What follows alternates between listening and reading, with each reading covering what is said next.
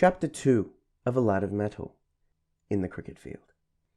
The thrashing of bully rakes gave Edgar Foster a hold over the affections of his schoolfellows, and he never lost it. In 12 months he became captain of the 11 and led them to victory on many occasions. Edgar worked hard, both at lessons and play. He found it much easier to study when his body was in good order, and his athletic exercises helped to make his school tasks the easier. He could not be called a brilliant scholar by any means, but he was endowed with an amount of perseverance that generally pulled him through. "It's got to be done, and I'll do it," Edgar thought to himself when pondering over a difficult task, and he generally succeeded.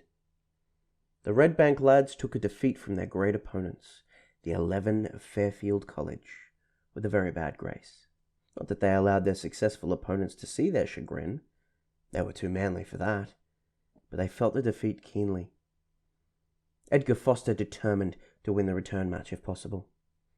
He had taken great care to select his 11 and felt confident of success.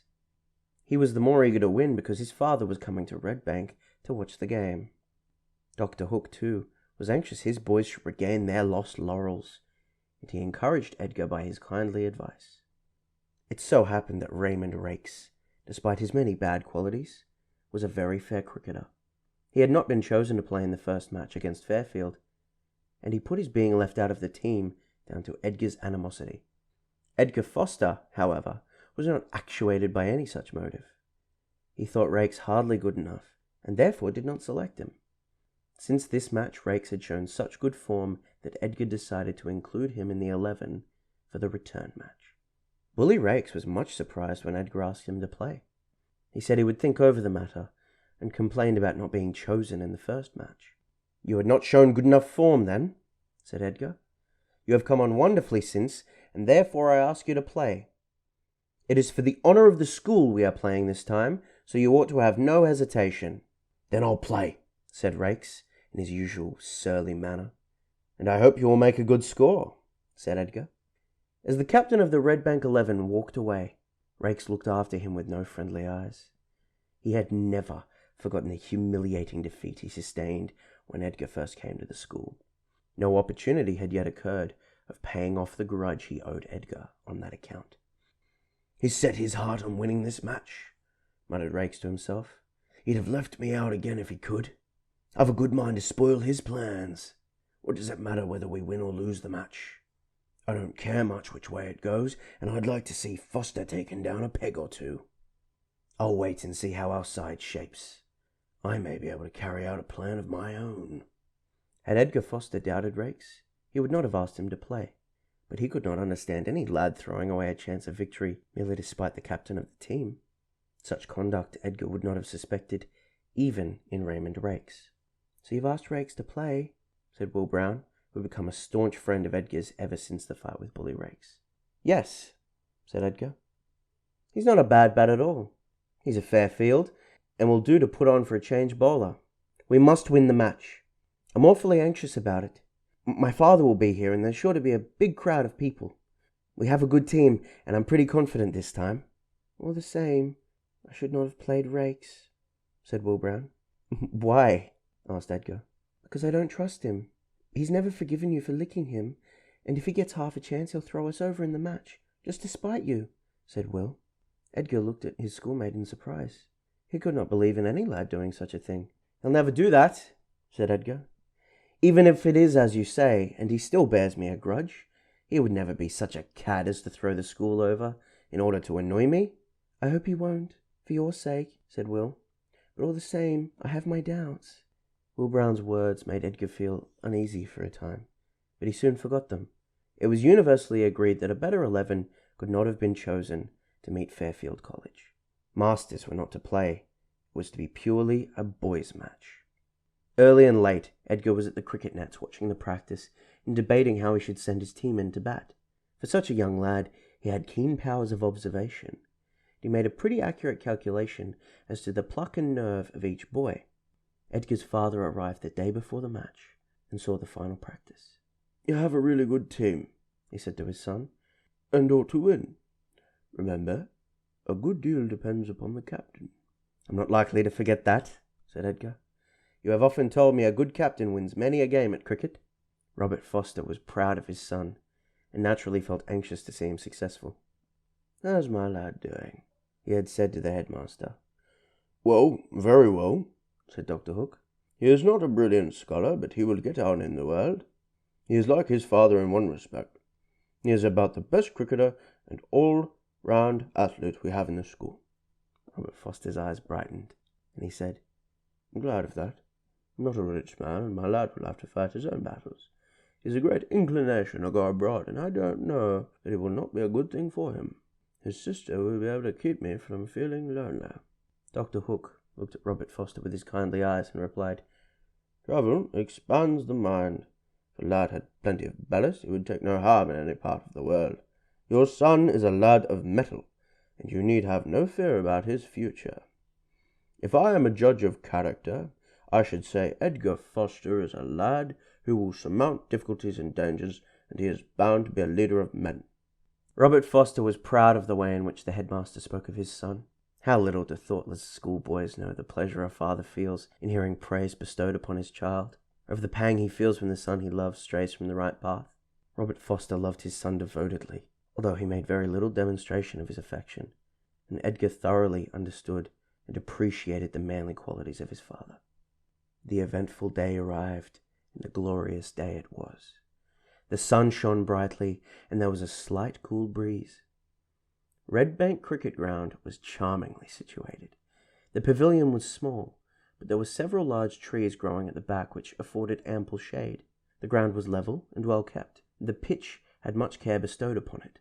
It was a great day at Red Bank when this return match with Fairfield College was to be played. Flushed with the triumph of their previous victory, the Fairfield lads were eager for the fray, and had invited many friends to come and witness their further triumph. The captain of the Fairfield 11, Harold Simpson, was almost as popular at Fairfield as Edgar Foster was at Red Bank. The two captains had a mutual liking for each other, although each one was determined to beat the other in the great game they were about to play. Edgar Foster lost the toss, and as the ground was in such good order, Harold Simpson elected to send his men in first. "They are a strong batting team," said Edgar to his father. "It will take us some time to get rid of them." "It is a one-day match, so you must do your level best to get them out quickly," said his father. As the boys filed onto the field, they were cheered by their comrades and the Red Bank supporters, who had mustered in strong force. Edgar Foster came in for a special share of applause, and he felt his pulses tingle and his heart beat high with hope as he bounded over the springy turf towards the wickets. The two Fairfield batsmen were wildly cheered by their mates, and Harold Simpson decided on this occasion to go in first. Will Brown and Sayers Jr. were put on to bowl. An anxious moment is that during which the first ball in a match is delivered. The bowler goes back from the wicket, measuring his men. For a second or two he hesitates and looks round. Then he glances at the batsman, sees all is ready, and prepares for the delivery. As he takes his run to the wicket, the spectators hold their breath. Will this first ball be fatal? A sigh of relief goes round as the batsman plays it well forward. Harold Simpson failed to score in Brown's first over. Sayers Jr.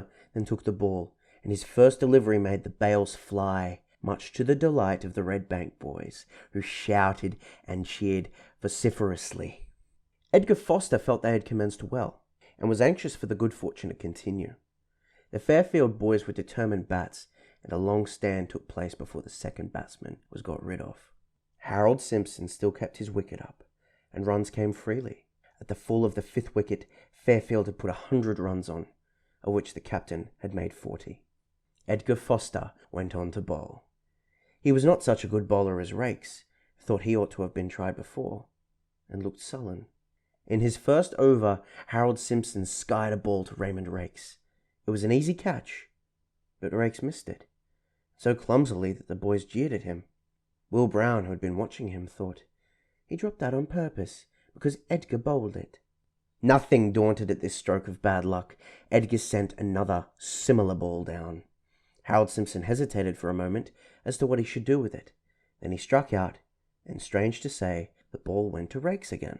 It was not such an easy catch as the former one, but still, There ought to have been very little difficulty in a good fielder securing it. Rakes fumbled it badly, and again missed the catch. Edgar Foster could not help thinking of what Will Brown had said to him. He was very much annoyed, and at the conclusion of his over said to Rakes, "Those were 2 easy catches to miss. They may cost us the match." "They were not as easy as they looked," said Rakes. "You don't suppose I dropped them on purpose, do you?" "I should be very sorry to think that," said Edgar, "but be more careful next time." At last Will Brown secured Harold Simpson's wicket, and the others followed rapidly, the innings closing for 134. A good score in a one-day school match. "What do you think of it, Edgar?" asked his father. "Shall you be able to wipe that off?" "I think so," replied Edgar. "We should have had a much easier task had Rakes held those 2 catches off my bowling." "He made an awful mess of them," said Robert Foster. "How he dropped the first puzzles me. He had it fair in his hands." "Look here, Edgar," said Will Brown. "It's no use mincing matters. I'm sure Rakes missed those catches purposely. When are you going to send him in?" "About 7th, said Edgar. "Put him in last," said Will. "That would only make matters worse," said Edgar. "He would know I doubted him and act accordingly. He should go in 6th wicket down. It will give him a chance of making up for missing those catches." "As you wish," said Will. "Mind, if you're in with him, he does not run you out." "No fear of that," said Edgar, laughing, and he crossed over to speak to Raymond Rakes. "You go in 6th wicket down," he said. "All right," replied Rakes. "That will suit me." "We've not been very good friends," said Edgar, "but you know it is not my fault. We want to win this match, and it may be that your batting will turn the scale in our favour at a critical point of the game. I shall rely upon you to do your best for the honour of the school. You missed 2 very easy catches. Try and make up for it by playing your best when you go into bat." "I always do," said Rakes sulkily, and walked away. Edgar Foster felt rather sorry he had included Raymond Rakes in the Red Bank 11. End of Chapter 2. Read by Ryan Jacob.